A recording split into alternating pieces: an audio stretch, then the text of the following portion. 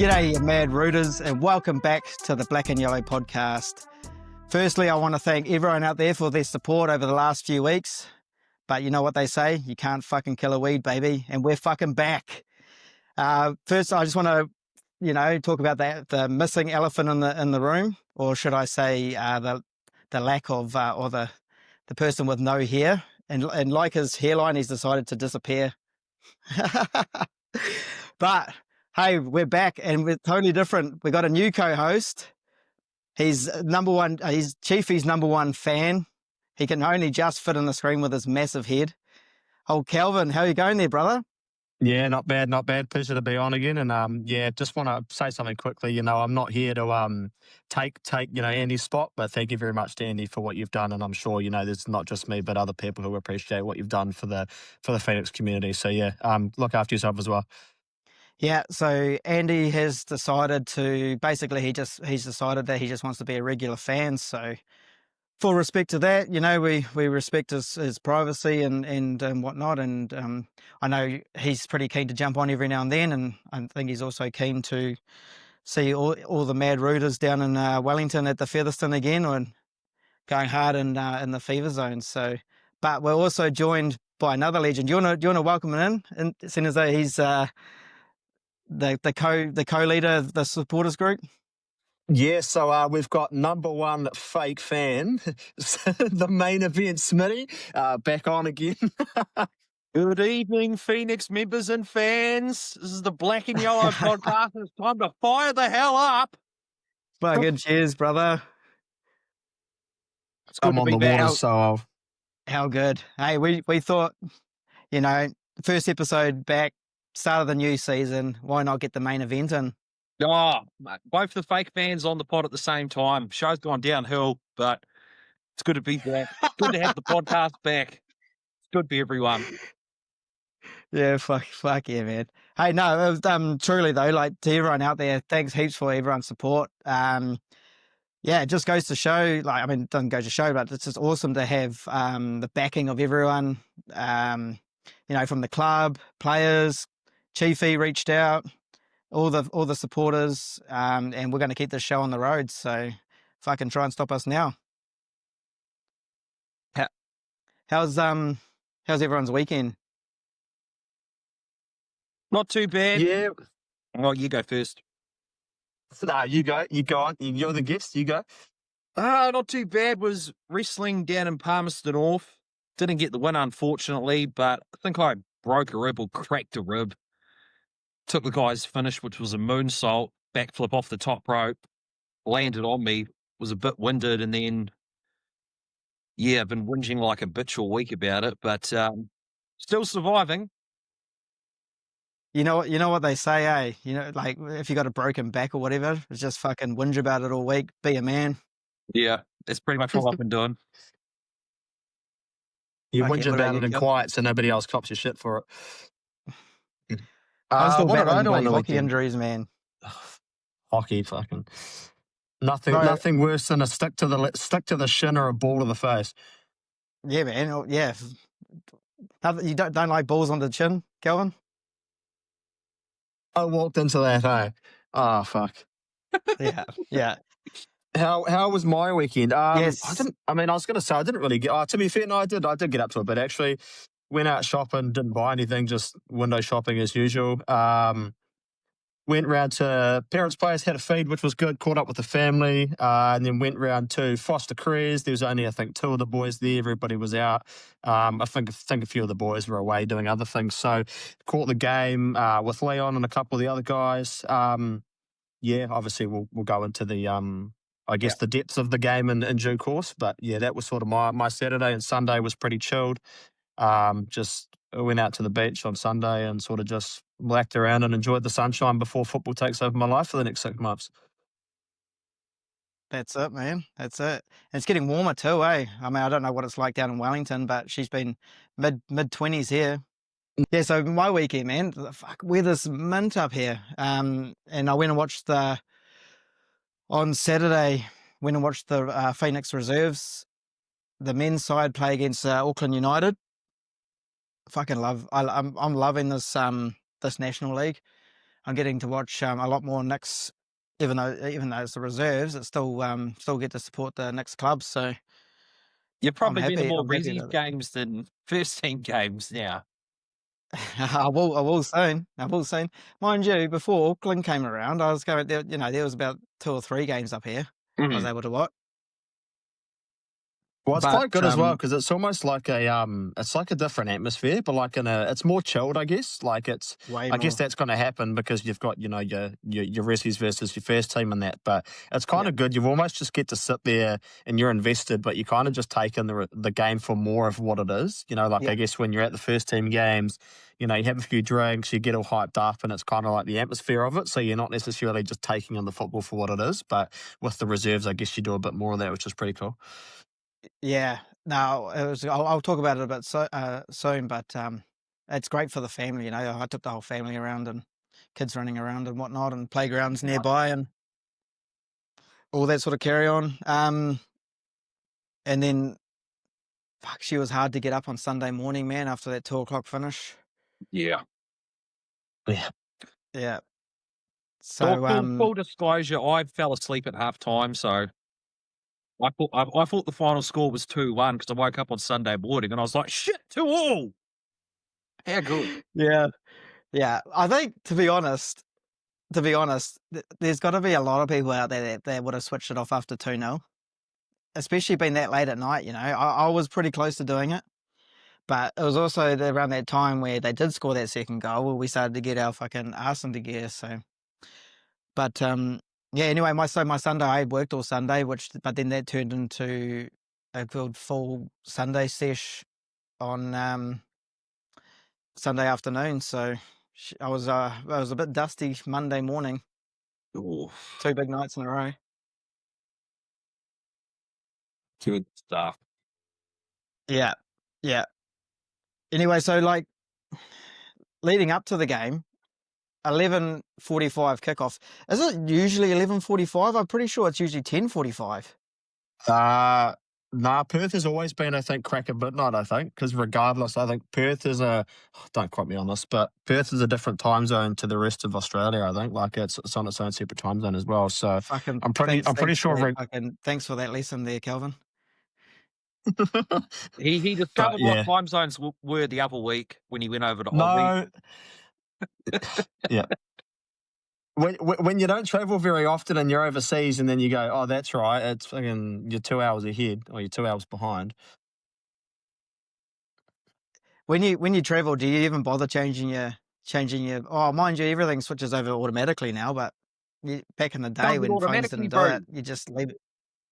Yeah, your phone does it. Yeah, well, I think because I threw like when I got to the airport, I threw in a new SIM and then it obviously automatically adjusts anyway. It pops up asking you to try an eSIM or something. Yeah, yeah. But yeah, well, so what? I mean, fuck, 11:45 is late, man. What sort of? I threw a few little tips to stay up the other day. But what were you guys doing to keep up, Smitty? It was pretty much, because the show was in Palmy, so pretty much we had to pack down the ring, bring it back to Wanganui, unload it back at the gym, and by the time that's all done and I got home, it would have been probably 10 minutes before kickoff. So yeah, it was pretty much just working all day, pretty much. Yeah, Couple blue yeah. V's and a few coffees here and there. That's the tradie. That's the tradie fucking energy drink there. Fucking A.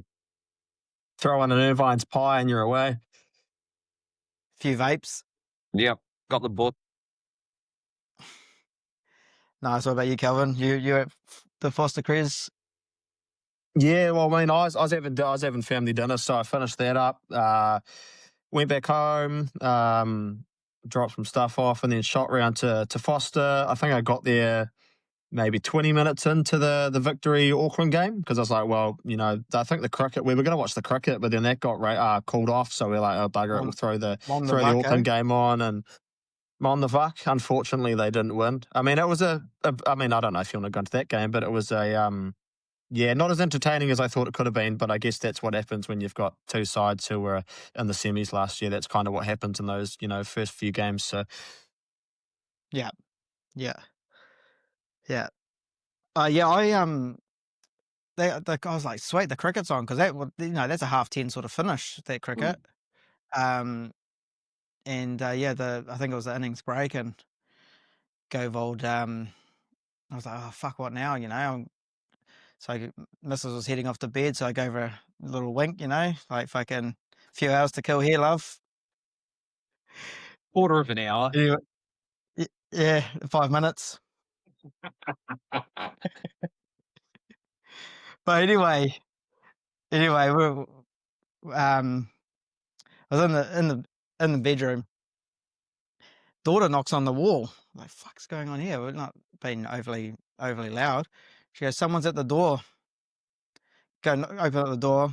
Old Andy. Andy was there, ready to watch the game. I was just like, fuck you, mate. Come on. Still got 2 hours for the game. Oh. So I was left hanging. So Andy came. We ended up watching the victory game. So I didn't crack my first beer until about 9:45. So that was a bit weird, because you don't want to start too early, otherwise you flake out. Oh, yeah, definitely. So yeah, good to get that one out of the way. And what are you guys' thoughts on the game anyway? You go first, Smitty. Yeah, well, it was a game of two halves. I mean, we looked all right in probably the opening stages, but had a couple of early on chances, and then, the first goal, which was a bit of a fucking disaster.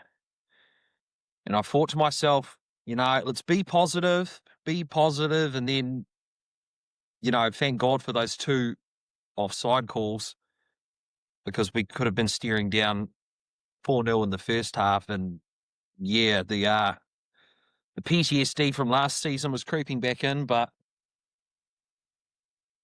it was reflecting back on it now, because I was just watching the highlights before the game, before the podcast, sorry, of the game. And even though they got those 2 goals in pretty quick succession and looked like they were going to run away with it, we still were pretty composed. We still were going up the pitch and making some chances. There was that one shot, I can't remember where it came in, but the keeper just stopped it on the line, and the ball was probably 3/4 over.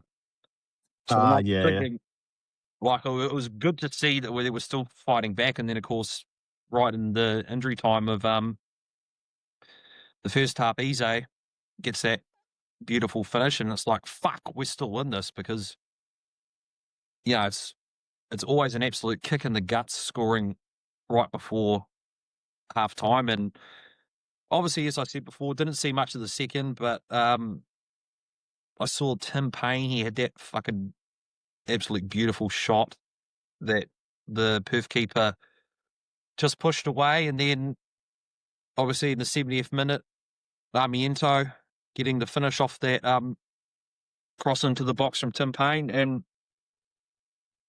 came away with a 2-2 draw. And, playing first game of the season away from home with a fairly new squad. It's what I would call a 3.6 Ronkin match rating. It wasn't great, but it wasn't terrible.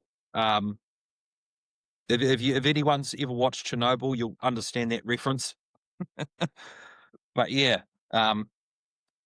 certainly I think there's some things that need to get squared away. Got caught out with the high line a bit in the first half there, but we fought our way back into the game. We got a point away from home in a tough fixture, first game of the season. So, we can build on that, keep going forward. I mean, that's all I want, is just this team to go out there and be competitive, not participate, and they fucking did that. So hats off to Italiano and the boys. Fucking A, mate. Cow dog. I think, my summary is, I think everyone's summary is probably pretty much the same, really. I think, obviously, Chiefy kind of said that, I think in one of his presses, this is going to be a Phoenix team that nobody's ever really sort of seen before, with the attitude and the way they want to play. And I think playing a high line is always going to, I guess you're always going to get your skeptics. And I think, understandably, in the first sort of I guess the majority of that first half, everybody was pretty well like, well, fuck, this isn't going to work. Mm. Um, but I think obviously getting that goal just before the end of the first half from Eze was I think the ball through to him was class as well, and I think he brought it down and then obviously took it around to the right hand side and dinked the keeper, which was nice. And I think it kind of felt like that was deserved, and then that sort of channeled into the second half when obviously I think Smitty was saying Paney had that shot that was saved from going top left and then put that ball in. I think Eze it might have been went to sort of flick it on or just sort of mistimed it and it fell to Armiento at the back post to stuck it in bottom corner, which was good. So I think it's no less than we deserved. I think potentially on another day we could have grabbed another one, but like I'm not going to complain from 2-0 down. Like it got to 2-0 and like you were saying, Paddy, you're thinking, oh, do you want to turn it off? Like I was never going to turn it off, but it was like you just say, oh, and then you get one back, you're into it again, and then yeah, I think the good thing is it's a good away trip to get out the way. One for us having to watch it. At least it's the first game out that we don't have to go mid-season and that sort of stuff. And I think it worked out as well. I was saying to a few other people, few of the boys coming back from internationals. So obviously, Wellington to Perth is like the longest away trip in world football, but it's a bit easier to do so when you're coming back around an international break and doing it first game of the season. Makes it a bit easier to get over. But I just think the main takeaway is like I throw up a comment on a group or something, and it's just like all we want to see is we want to see fight from the team and from the Yeah. club. And not that I'm saying the boys didn't fight last year, but I think I would say if you went back to last season, I don't think we would have come back from 2-0 down, to sort of give perspective on it, really. Yeah, definitely. I mentioned, unfortunately, we deleted all our pods, but I think I mentioned last pod or even the pod before,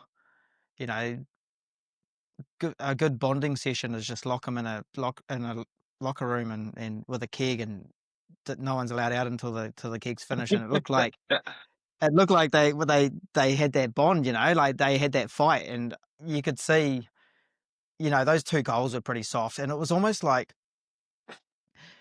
because Chiefy last year, right? He was pretty stubborn in his tactics, and like when things weren't working, he'd still keep sticking to those same tactics. And even during the game, I don't know if we ever changed tactics in that game. I just feel as though we executed our tactics better, especially with that high line. I wasn't a fan. I don't know if I mentioned in the group chat, the way that James started the game, I was just like, oh God, I'm not a fan of this guy. But then the way he finished, he was like one of the best players on the field by a long way. To get back and just absolutely monster tag it, and just goes to show that fight in the lads to keep to be back in that game. Armiento as well. I don't know, like I think I saw a shot of him when we were 2-0 down, and he's just like revving the boys up, like, yeah, fuck yeah, come on boys, let's go. So yeah, good to see that fight from a team that when you are 2-0 down, that no one dropped their head and didn't believe that they were going to come back, which last year would have been totally different. So there's that difference there in the attitude as well as. So on that high line, what were you guys' thoughts on it? Because my opinion is that if you're going to do that, you need some speed to get back. Yeah, you took the words out of my mouth. That's sort of my main takeaway. I think it's a tricky one. I don't really know exactly what they're trying to do with, Lucas. Like, I think they were playing him as a centre half, but then they want to play him as like a fullback. And I think, I don't know, it's a tricky one because I think if you're going to play a high line, like you're saying, he's not like super slow, but you've got to be quick and agile, and you've got to be able to get back, in an instant. And I don't think that's necessarily that easy with Lucas. I think Sheridan's all right because Sheridan's, he's a bit smaller and a bit more nimble, but so it's not as much of an issue. But I just think, yeah, it was a bit tricky playing, Lucas as a fullback in that sort of position. Whereas if you think years back. But if you had someone like Libby or, someone who's got a lot of speed and can sort of get back when you need, I think it worked. I think the issue with the high line is it's not, obviously you got your risk to it, but I think it takes a while for certain players and sort of a team to adapt into it. I think compared to what we played last season, we just tried to play the ball out all the time and just trying to hold possession, whereas a high line's completely different. You're sitting so far up the field. If you fall asleep or you get caught napping, then you've got to get back. And if you don't do that, then you're going to concede, which is why we conceded our goals. But I think the whole James thing, like I was kind of the same. I was like, he's not started off great, but I think he really came into the game, and I think his physicality is going to be a huge thing that's going to actually sort of solidify the back line, and I think he could potentially be the player that we've sort of needed since, someone like Stephen Taylor left. So, yeah, he looks really strong there in that centre back position, just touching on that high line. With that back three, or when you're playing a back three, there's kind of like no margin for error. I think it was either the third goal or the second goal where it was a flat ball went along the deck, and I think Rufer, he tried to flick it on, but it went like straight up, and then Perth got the intercept on it and won it back, and their strikers immediately countered-attacked the second. Well, their forwards immediately countered-attacked the second that they won the possession back and caught us out. I don't think it wasn't necessarily the highlight wasn't working, but it was just they caught us out of position when we were starting that build-up play. And that was where I think those two goals came from. But once they adjusted to that and made sure of those passes going up the middle and just nailing that first touch, because that was kind of a recurring theme last year where we would conceded a lot of goals where it was just a shit ball out from the back that would get picked up by a forward, and they would just streak through. That who was the fella from Western that they signed to Jaden Kaczarski. Yeah, Kaczarski. Was his goal got called offside, or was one of them where Taggart won the ball and he just lobs over the top and he called for it and just got around Kelly Hill. But Yeah. I think It was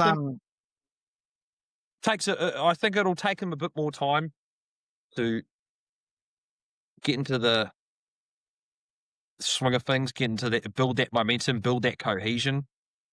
But once they do, I think we'll get a few more clean sheets, but draws a draw. Few more locker room kegs, you reckon? They might need to come out in a Foster for a bonding session, I reckon.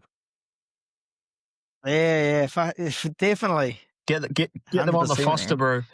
Yeah. Yeah. All right. I'm going to have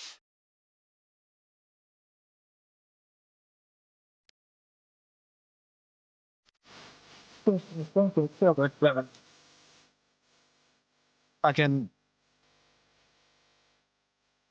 frog Izzy, because I'm Izzy. He's Izzy like Sunday morning. Oh, Beautiful. That's another thing as well. The fireball. So many people have tagged us in certain sort of fireball events, so it's been it's good to see it catching on. I need to reach out to the Featherston, just say, all right, here's my credit card details. One bottle of fireball, shut the whole bar. surely there's someone out there within the Wellington Phoenix fandom that's got like a 3D printer or something. We need to get the Black and Yellow podcast on shot glasses. Fuck yeah. You can get them printed, eh? You go to I have to work out. I think like those shops in the mall are like Mr. Mid and that they engrave like glasses. Sure, you can get it like laser cut into a glass, eh? It wouldn't be too hard. Yeah, well, I think we definitely need to get some sort of merch out there. Need to get a flag going and stuff like that, but and stickers, because everyone seems to have stickers. And stickers work well. You can just throw them anywhere. Yeah. Yeah. But so there was 4 offsides. They had 4 offsides in their game. So that's a lot of offsides for. I mean, I know they got Taggart. They're just going to try and push her all the time. And I think that one of the other goals there was a questionable offside on it. So there's potentially 5. So I guess that's what the I other don't thing though like with is. offsides. You go, Patty. No, you go, bro. I was going to say fucking bullshit. All I was going to touch on is I think the whole offsides. I think if you can as you sort of adjust to the system with a high line, is if you can play the offside trap well enough, then you can actually catch opposition teams out. But the problem is if you get it wrong, then they're in behind and you're screwed. So it's a high risk, high reward situation. Like if you can perfect it and communicate well and utilize it, then I think it'll be to the best of our ability. I think the other thing that's not relevant, well, it sort of is relevant to that. I think the game actually, I think Oluwayemi deserves his credit. I think he actually had a pretty good game in terms of sweeping around the back and coming out of his box when he had to. There was that one instance where sort of it was a bit of a fucking heebie-jeebies, but It's almost on way. But I think he's done well. I think that's the thing as well as last season, to sort of touch on it. I think obviously Oluwayemi, like I mentioned and when I was on the pod ages ago, he's obviously not a keeper who plays it out the back. Like to touch on it, we had Paulson where we were playing it out from the back and we had that really good season. But clearly there's a difference. I think Oluwayemi is more of a traditional keeper, not your modern day keeper who's as good with his feet or sort of trained as well with his feet. So it's good to see that he's willing to sort of come out of his box and yeah. Yeah. No Hughes as well. Any word on why he wasn't in the team? He was just sick, wasn't he? I don't know if I'm just hearing absolute rubbish, but I thought he was just had a bit of sickness or something like that, and he's just coming back from injury. Yeah, and also no Retro. Apparently, well, from what I've heard, that he still injured from that community day, injured in the warm up there or something like that. Yeah, I think he went down. He went down at the community day and was just obviously they're not going to risk him, right? It's not worth it first game of the season, especially travel. Like if it's a 50-50, you don't want to take somebody to Perth, if they're 50-50 either. It was good Yeah, to see they well, obviously they're working Piper back up to full match fitness because he had that groin injury and he came on. I think I was looking at the thing on Tribe before he came on. What was it, the 80th minute or? Yeah, and he played quite high too. Like he was up, from what I heard, potentially playing more defence, but he's I think they're still playing him as a forward. Well, I think from my understanding is they want to play him as an attacking player now.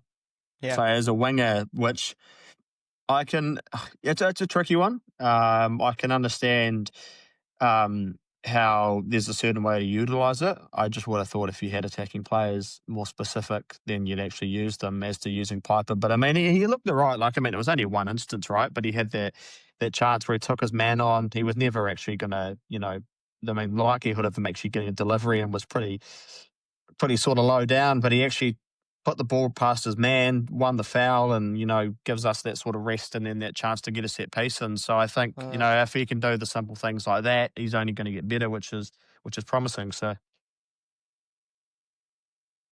my opinion also, this is potentially was potentially Nagasawa's best game. I thought he I concur. was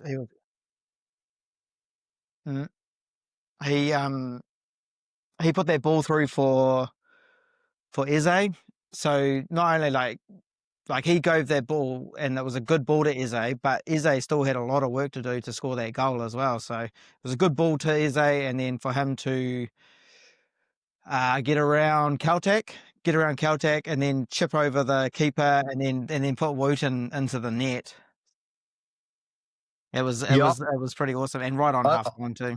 I didn't notice that. I think I can't remember who it was. Somebody commented on a group and said, "Oh, it was even better that Wooten got stuck in the net." I was like, "What are you on about?" And then I went back and watched it. And fucking Scott Wooten got his boot stuck in the net. So he was fully stuck, mate. They almost had to amputate his fucking leg to get him out. The old Well, walrus. Actually, the old walrus in the net. There we go. But and then Tim Payne with the assist for Armiento's goal as well. And I think Tim Payne, like if he's going to keep doing that, he's going to have a great season. And this is also a shout out to Fever FM as well. I think they're all done and dusted. Just bear with me 2 seconds. So we got Dale, Cam, I'll just say Cam. So Helena, Cam, Frosty, and Dave and Dale. Shout out to them as well. I think they're 10 years doing podcasting for Fever FM. They decided to call it quits after all this time. So credit to them, and cheers, fellas Cheers. and ladies. Now everyone gets to hear our bloody shit talking. A waffle. Fake Fans podcast is still number one.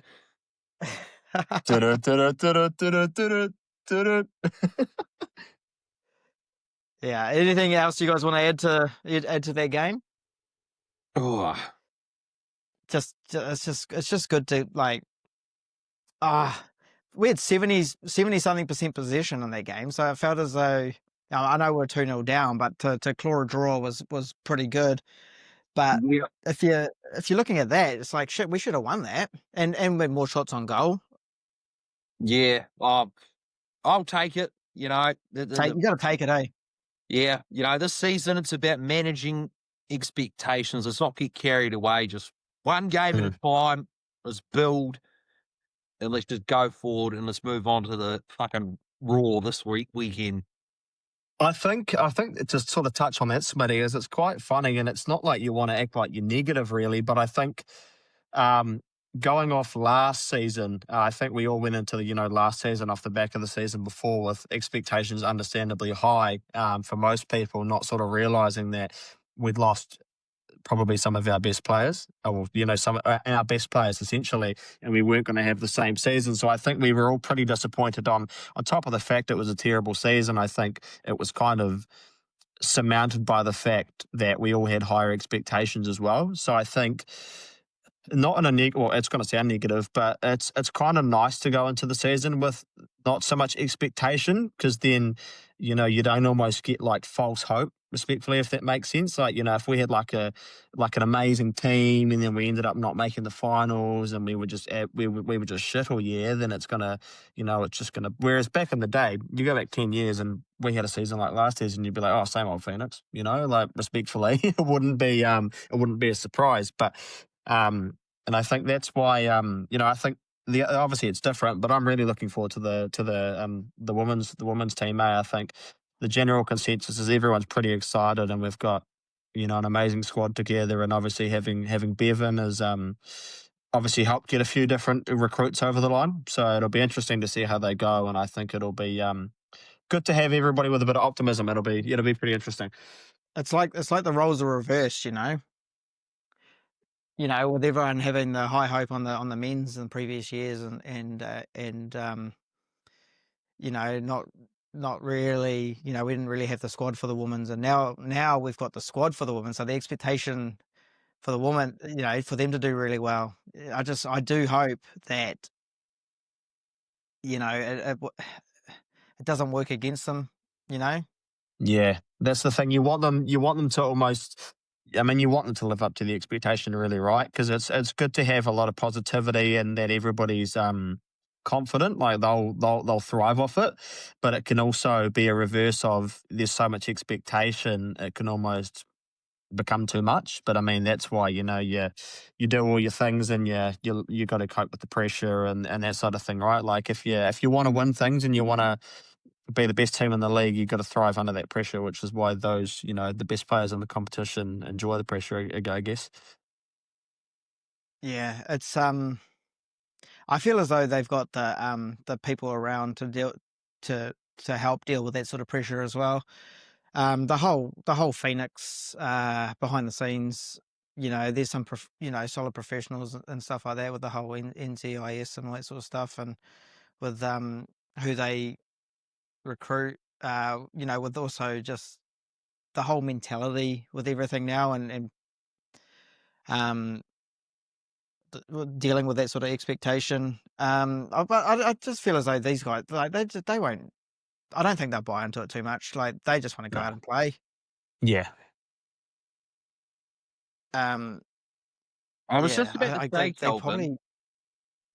I was just about to say, who the hell's Bevan? And I realised, Yeah, he said it's Bevan, we eh? got Bev in. Oh, yeah, because we got Bev, and I mean Bev, as in Bev Priestman, we got her in, like, as me. Bev. Yeah. Thanks, buddy. Oh, no, that's just me, my bloody audible dyslexia. Yeah, fuck yeah. That's funny. I didn't want to pull him up on it, but yeah, you said Bevan. You've got to figure out the spacing of the words now. You're a big time podcaster, Kelvin. You need to sort out your internet, mate. I can't believe in 2025 you don't have internet in your little flat.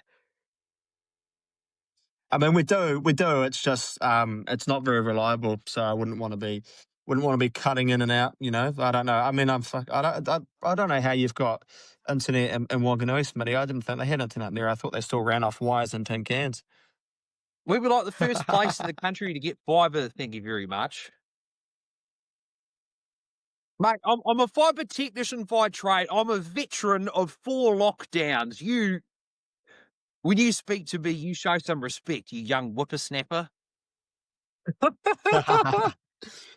So that, you know what that means, eh? If there's an issue with the internet at Foster on game day, you're going to be the one who has to crawl under the house after 15 tins to fix it. Don't work Sundays on my day off, and that's also a different region, different contract, not my problem, bruv.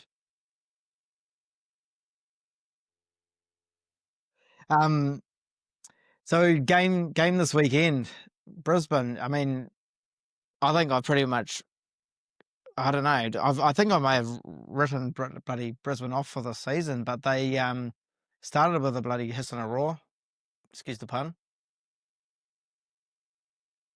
Yeah, I thought they played well. I think what they score a pen. I think it was Jay O'Shea, typical, right?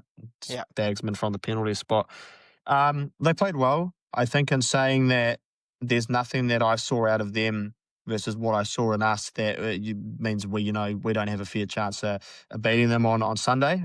People will be like, if we end up losing or whatever. But I think they're definitely beatable, and I mean that with all due respect. Like, I think, there's other teams in the competition, and it's too hard to judge early doors. Like, you can say, this will happen. We're literally first game in, and it's like everyone was judging realistically the mix after 30 minutes. Like, everyone was like, shit, this isn't going to work, and we came back and it actually got us to a draw. So it'll be interesting. I don't really know how to pick the game for Sunday, really. I mean, obviously, I'm going to pick us to win, right? That's just common sense. Unless it's a complete sort of table flipper, I pick us to win. I'd say 3-1. And if I'm going to pick goal scorers, if you want to do that sort of cliche, I'd say Eze. I'm going to go, I'll just be out of the box and go Roofs. And I don't even know who else to say. No, I'm just having an absolute. I'll go Eze, Roofs, and Piper. I'll just go. I'm back in Roofs to score again after a while. Yeah, I was going to go 3-1 as well. I think it is a must-win game, because for those that are paying attention, today it's 297 days since we last won a league game at home. True. Yeah. So it'll be 302 on Sunday. So hopefully that count goes to fucking 0. Because Fucking hell. I Wow, don't the give a shit. fans I don't give a definitely shit deserve about the scoreline as long as we fucking win. That's all I can Yeah. say. Because Yeah. you can't you can't have another season, but not to beat this fucking dead horse again, but you can't have only one win at Sky in a season and expect the fans to show up. But You know, I have all the confidence in the lads to get the job done. You know, I mean, if you're looking at our first 3 games, Perth, Brisbane this week, and then Central next week, building up to the derby, I wouldn't say it's an easy run, but it's kind of a progression of like difficulty, if that makes sense, you know. And if we can come back from 2-0 down, you know, if we can get the fucking job done this Sunday, go over to Central Coast next week, you know, get the job done there, anything's possible. So let's just Gotta, go out there, just, go to the Featherstone on Sunday, split some G's, big nick old, some points, big go old, to the game, make some big noise, old thank Sunday the boys. sesh, I just throw a little spanner in the works here. Last year we played Western and we had a 1-1 draw, I think, at home, where they were up and then they scored. And then we also played Perth. I think we played Perth away and we won, maybe 2-0 or 2-1. Can't remember. And then we played Central Coast and we won 3-0. Then we had Auckland. So it's almost similar to sort of last year's sort of round where I think we played Auckland 4th game last year. And so my thoughts, so I don't know if you guys remember Ishigay's header Free in the kick. Auckland game. Oh, header. Oh, there's that free kick and there's that against Central Coast, but that Yeah. Ishigay's header that bounced and went over the bar, I think it was the first half. No, it was the second half. Do you guys remember that? Oh, I was probably too angry at that point. It was nil. It was nil, and Ishigay had pretty much, it was a sitter. Like all he needed to do was get his head on it in the right direction, and it was in. And it went bounced and bounced over. That for me was fucking almost our turning point of the season. If they had gone in, it would have been a totally different story. Yeah. That's the thing, eh? Like that's that sort of like your catapult result, really. That's sort of can turn your season around. Yeah, because then not long after that, you know, they went bang and then bang again. And they only went bang again to go 2-0 because we started playing attacking and not defending. But yeah, that was last season, man. Fucking, we're on to a new season. My watch is telling me to fucking relax. New seasons, new hopes, new dreams. Yep. I just want to quickly talk about the reserves because for me now I get to actually watch the Phoenix up here a lot more. I think in a few weeks' time, I think it's the same week, the day as the derby. They play Western Springs as their next game up here, and I think the women play as well in the next couple of weeks. But man, I'm just stoked to be able to watch the players and the players that are playing for them. Nathan Walker, Gabby Sloan Rodriguez, Albie Kelly Heald, Luke Supik. You know, these guys are all first team players, and it kind of goes to show, like I said a few weeks ago, I was trying to name the team, and I'm like, man, there's going to be some players missing out, and these players are going down into, you know, now playing for the reserves, and everyone on that reserve side, I know they're all young and stuff like that, but fuck, they're good players, man. There's some good players coming through.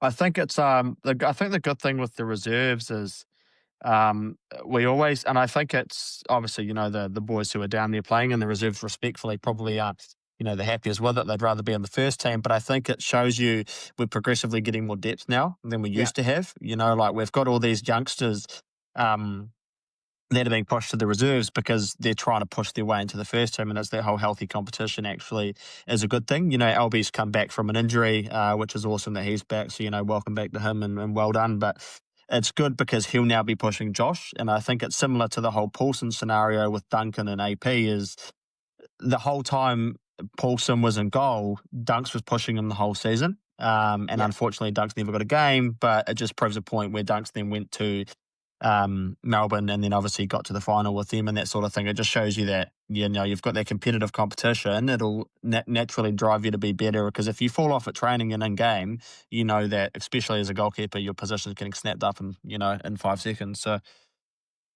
Iron Yeah. sharpens iron. Well, and Albie was he is the man in goal. I think it was might have been you, Kelvin, that said Albie's just too good for that grade, and I agree. Like, he should be in the top side. Battling with Josh. But yeah, no. So I took the whole family, man, and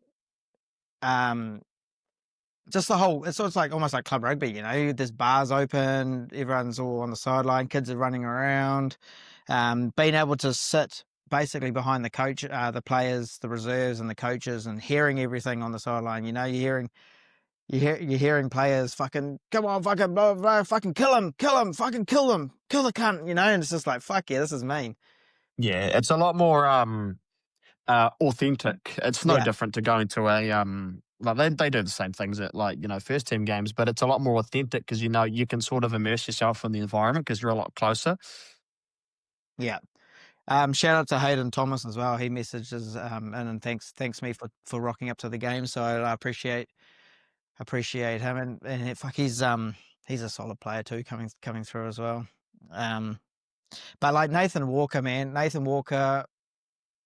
fuck, he is so good. Like the game we drew, it was a 0-0 draw against Auckland United, but fuck, we were so unlucky to not score at least 3 or 4 goals in that game. We just kind of keep going up, but just couldn't finish. And then I think the women, they had a 4-1 loss against Auckland United as well. But that Auckland United women's side is stacked, man. I think they got Annie Longo and our old They captain. got you got Chloe Knott, who used to play for Not yet. the Yep. women's team. Yeah, I don't know if does Saskia Vosper still play for Auckland United, or am I just completely wrong? Don't know. But that Auckland United club is really nice, man. I was actually really impressed. So yeah. Well, fuck. What else we want to talk? Oh, you mad bloody fucking bastards! Your trip up to Auckland last year. Oh, the world's greatest hate watch. Yeah, yeah, it worked out well. Yeah, I well, think you give your side of it, Smitty. You do yours. You give your side. Well, I wasn't even going to go. A few of the Melbourne boys were bugging me about it. Oh, you got to come over. And I was looking at flights and, I couldn't afford it. But then I was at the St. John's Club last night or one night, and I was just did like a $30 trifecta on a harness race, and it came in and I won like $800. So I think I got like 150 on change out of that for just a seat for a return flight up to Auckland. But then I was looking at the flight. How good. Yeah. So I was looking at the time of departure. It was basically because I had footy on Saturday. So I pretty much played the first half, ran to the changing bay, had a shower, got changed, hopped in my car, straight to the Palmy Airport, and got there like 20 minutes before the plane boarded. So had a few beers at the airport, and then it was off the plane. Went to the bar, had a Heineken, and then in an Uber straight to the stadium. And then I met Kelvin and the boys there. And yeah, it was a good night. I was actually, at one point, before the game started, not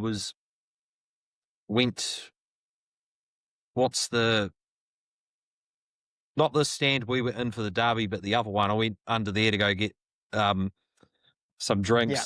And then I was walking along and somebody yelled out to me, and it was a guy I went to high school with. And he's like, Smitty, what are you doing here? And he's like, oh, I'm watching the game. He's like, oh, you're a Phoenix supporter. I says, not tonight, mate. Yeah. No, it's not. Oh, yeah, I could say the atmosphere for that game. It wasn't like the derby where it was us there. I remember when that first goal went in, we all lost our shit, and you're just getting death stared by everyone in that fucking stadium because you all see us run down to the pitch when the players come into the corner. You can see Calvin's fucking head sticking out. I Oh, think, yeah, to touch on that, I think mine was a bit different. So I was kind of like, I mean, for those who know, for those who don't know, me, Smitty, and the Foster boys and that, we're really good mates with a lot of the Victory guys. Yeah. A lot of the guys who do away days. So shout out to them. You guys are fucking legends. But we went over earlier in the season for a Foster cruise trip. We went over to Melbourne. A few of them were awesome and put us up in their places for a few days. And they come over to Welly, and we look after them, sort of thing. We return the favour as much as we can. So we thought, well, they're based in Aussie. We only really see them once a season. So we thought, well, if they're playing Auckland, we'll go up for the semi. I actually went up on Wednesday night, I think. Finished work, went up on Wednesday. A mate actually shouted me flights because I went to watch the Europa League final in Auckland. My mate's a Spurs fan like me, unfortunately. So flew That's up, right. went up and watched the final with him. Spent that Thursday and I guess the night over as well, just having a few drinks, and then got to Saturday, sitting there nervous as fuck, going, please, Melbourne, please. Scott, I think was it? I'm trying to think who got the first one. Mashash got the first one. It was a deflection off his right foot. He struck it, came when it was a deflection, went in. That was just like, yeah, come on, Melbourne have actually got a chance now. And then I think it might have been Valadon, fed Fornaroli through, takes it on his fucking foot, sticks it under Paulson, and then just the boys around us going off their rocker. Then I just went out the aisle of seats, ran down, just bolted to the Victory boys, and they just getting grabbed and squashed by the fence. And then I don't know if it was Josh and Shearer or Nick Jackson. You could just see him on video when they score, and he's just like, yeah, just like screaming in my face. It was honestly like it wasn't a Phoenix game, but just for scenes and limbs and just I Yeah. guess like ecstasy in the moment. That was Yeah. awesome, and I'm pretty sure Smitty can attest to that. I think it was, and I think it was just awesome for like the Melbourne boys as well. Like, I think to touch on it, not to go into too much detail, but a lot of those boys, especially Kermy and Leisha that and Bergs and all them, they travel everywhere, man. Like what they do for the Vuck is nuts. Like, like Kermy and Leisha, for example, I think last season they only missed out on a few games the whole year. Yeah. Like they respectfully, they put their entire life around the club and they give so much to it. So to sort of see them rewarded in that way was pretty awesome, seeing some of your best mates get something like that. We unfortunately had to suffer the same thing, we had to suffer a loss to them the year before, but to sort of be in a position where we could enjoy it in a manner was pretty awesome for them. So, and obviously, respectfully, I didn't want Auckland to win, like I don't think any other Phoenix fan would have. But hey, you take it with a grain of salt and you take it with a smirk on your face. So it was good. well, you got to And, you got to feel for all those Auckland supporters. It's the second year in a row they've watched their team knocked out in the semi-final. you guys can't talk bad about Auckland, man. They'll track you down.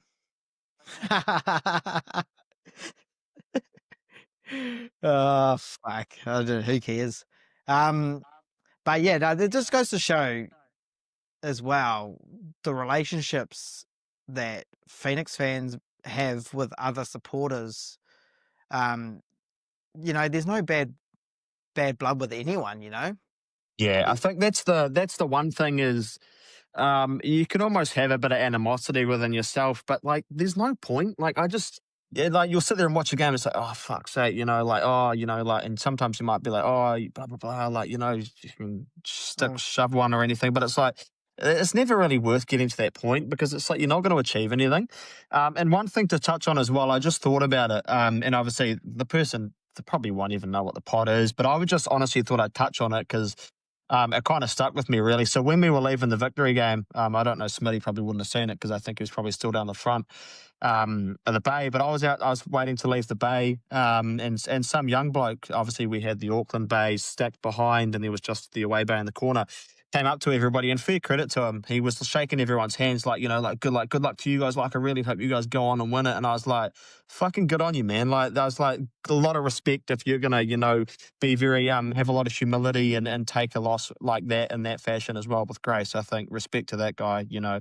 Don't know his name, but big ups to him because it takes a lot of respect and it takes a lot of respect and maturity to deal with something like that, especially when you're copping a bit of banter and slack from the away by. Just big ups to that guy for doing that. It says a lot. 100%, man. Yeah, I mean, at the end of the day, it's just a sports team, but we all get super passionate and whatnot. But to have a beer with someone after the game, when you're playing a game as well, you go out there, give it your all, and then and then you have a beer with them after and say, "Fuck yeah, good game, man. That was awesome." That's the thing. I think a lot of people get caught up in the moment, and it's very easy to. But when you kind of sit back and reflect on it, I guess outside of the season as well, it's like, is it really worth it? Not really. Like everyone's got a life to live. We're all just humans who enjoy going to an arena every weekend and watching 11 men kick a fucking ball around and yell and scream and have a few drinks. And it's like, is it really worth it? No. Fuck. We're all here for the same thing. I just think it's not really worth taking it to any other point. A bit of banter is fun and a bit of, like get fucked and, just have a bit of a laugh, but it's not worth taking it to another level. I just think it's good to have a bit of banter and you go back and forth as long as you can take what you give. Yeah, that's 100%. touching on that. It's like, I know guys here in Wanganui that support Auckland, and besides their choice in football team, I get along with them perfectly. They'll give me shit about going 0-3 in the derby, and I saw one of them at the pub the other day, and it was the week after the Australian Cup final, and the second he made eye contact with me, I was just chanting, Heidelberg!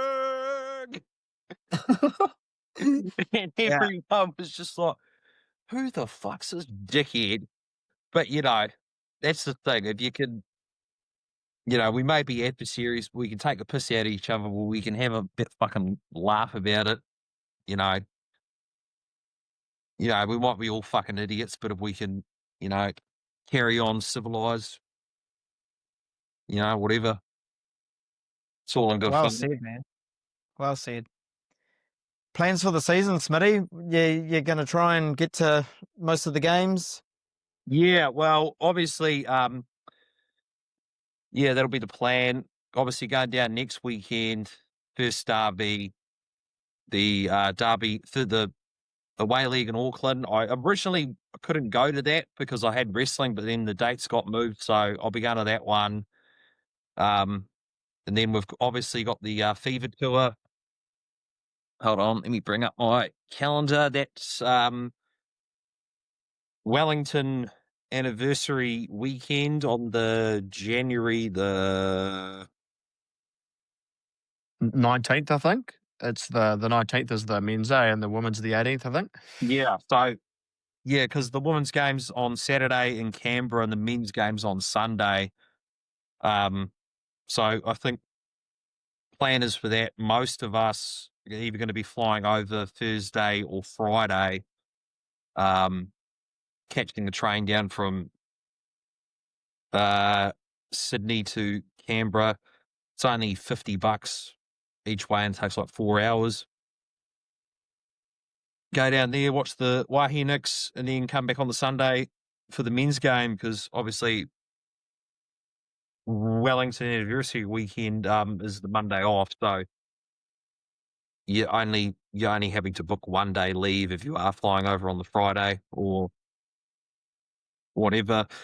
But I'm also looking towards Easter weekend. I know we were initially looking in the chat, we were discussing in the Yellow Fever about organising trips, but obviously the Fever Tour, those dates are online on the Yellow Fever Facebook group. But I'm also contemplating Easter weekend because on Good Friday, Waihi Knicks have their last league game away against Adelaide.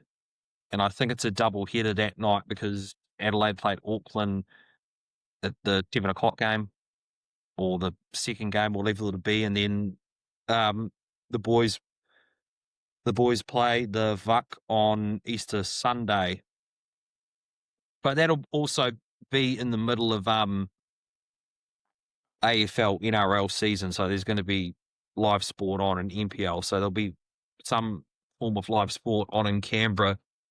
Well, not Canberra, fucking Melbourne on the Saturday. So, yeah, if I have money left, I'd love to do that as well. But aside Keep from pulling that, those sorting that fucking fibre out, bro. The internet out. yeah, well, hopefully if you same time, same game, multis come in, I won't be betting on yellow card. Well, they don't offer yellow cards on BetChill or the TAB, so. But yeah, no, that's what I'm planning on. And yeah, we've also got the double header, obviously for the derby game, but then Waitangi weekend. I think that will be a bloody good one because that's when we play the Vic. We play VUC on the Friday. I can't remember off the top of my head who the girls are playing, but We need to get me down to Wellington, man. well, Fuck, I think it's going to be a bit of a stretch. Waitangi Day.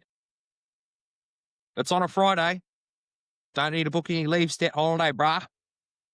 Yeah, come down on the Thursday, bro, after work, stay somewhere. Someone will suss you out, I'm sure, and then you go back.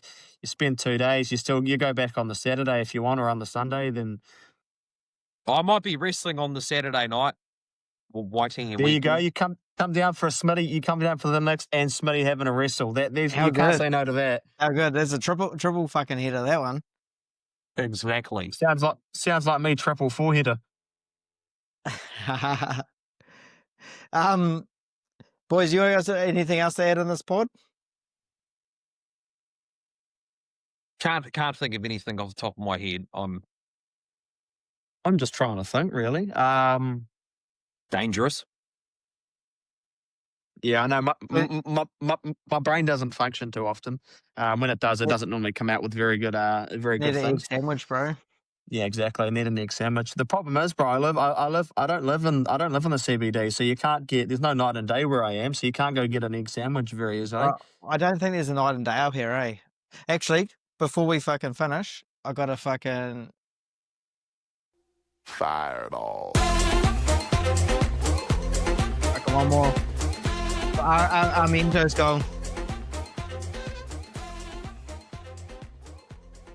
Man, I just want to say just huge shout out to everyone that has reached out to us the last couple of weeks. Fuck, it just meant so much. Like it's obviously made us want to just keep going. Unfortunately, Andy's decided to step away, but that's all good. We're going to keep the show rolling. Kelvin, we're going to keep the show rolling, brother. Yeah, I just wanted to say thank you, Paddy, and for letting me jump on as your co-host. Hopefully, if I can live up to sort of, at least, 10% of what Andy was, then I'm sure I'll do a decent job. But no, it's cool to get on, just have a yarn about the Knicks every week, and just get various people on from the Knicks community and let them spew their opinions and chat a bit of shit along the way as well. It's good fun. So it's a good way to get more involved in the club and, let yourself, Paddy, and others get involved and a bit more invested in those around the country who can't necessarily get to games and have a chat in person. So yeah. Well, you definitely got 90% more hair than him, so I got 90% more forehead as well, mate. Hey, Smitty, man, cheers for jumping on, brother, for the relaunch of the pod. Yeah, nah, boys, it's happy to have me on. All the best for the rest of the season. Calvin, I hope you live up to the lofty expectations. I don't want to be holding up a 5 head out banner at the stadium, so Holbrook out, eh? Nah, always a pleasure, boys. Can't wait to do it again next time. Yeah. All right, fellas. Oh, fucking up the Knicks, eh? Up the Knicks. Up the fucking Knicks.